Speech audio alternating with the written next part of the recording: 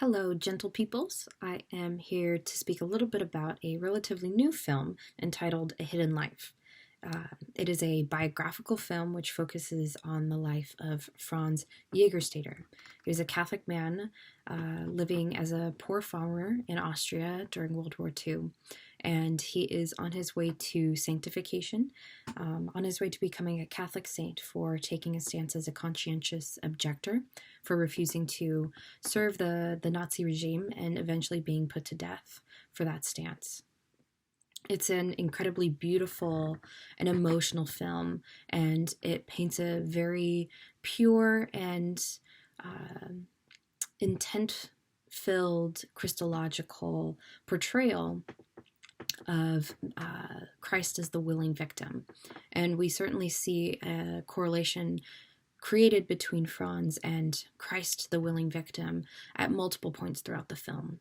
So I would say that the first point would be that of Franz knowing from the very beginning that he would eventually be killed for this, just as Christ knew from the very beginning of his ministry that this is something that would ultimately end in his death.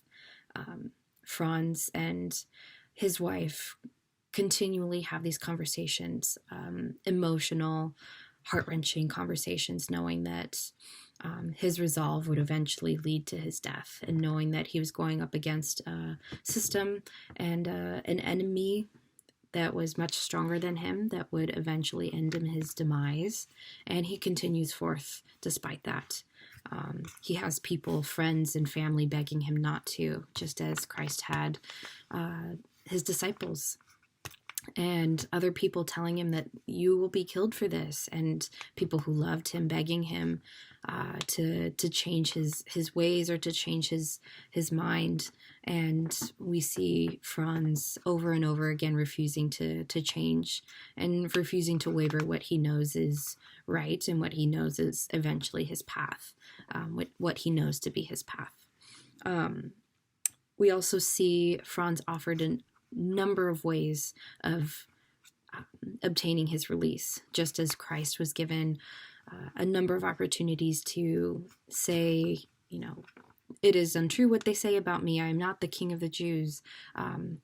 Pilate offers him opportunities to waive the charges, just as Franz is sitting with both his lawyer and in front of the military tribunal who is trying him. Franz refuses to say, I swear an oath to Hitler. Sign your name here and everything will go away. And Franz continues to refuse. And lastly, we see a calm and resolved, silent victim who walks willingly to his death, to his eventual beheading, just as Christ was silent in front of those who persecuted him, who refused to say, it is untrue what you say about me.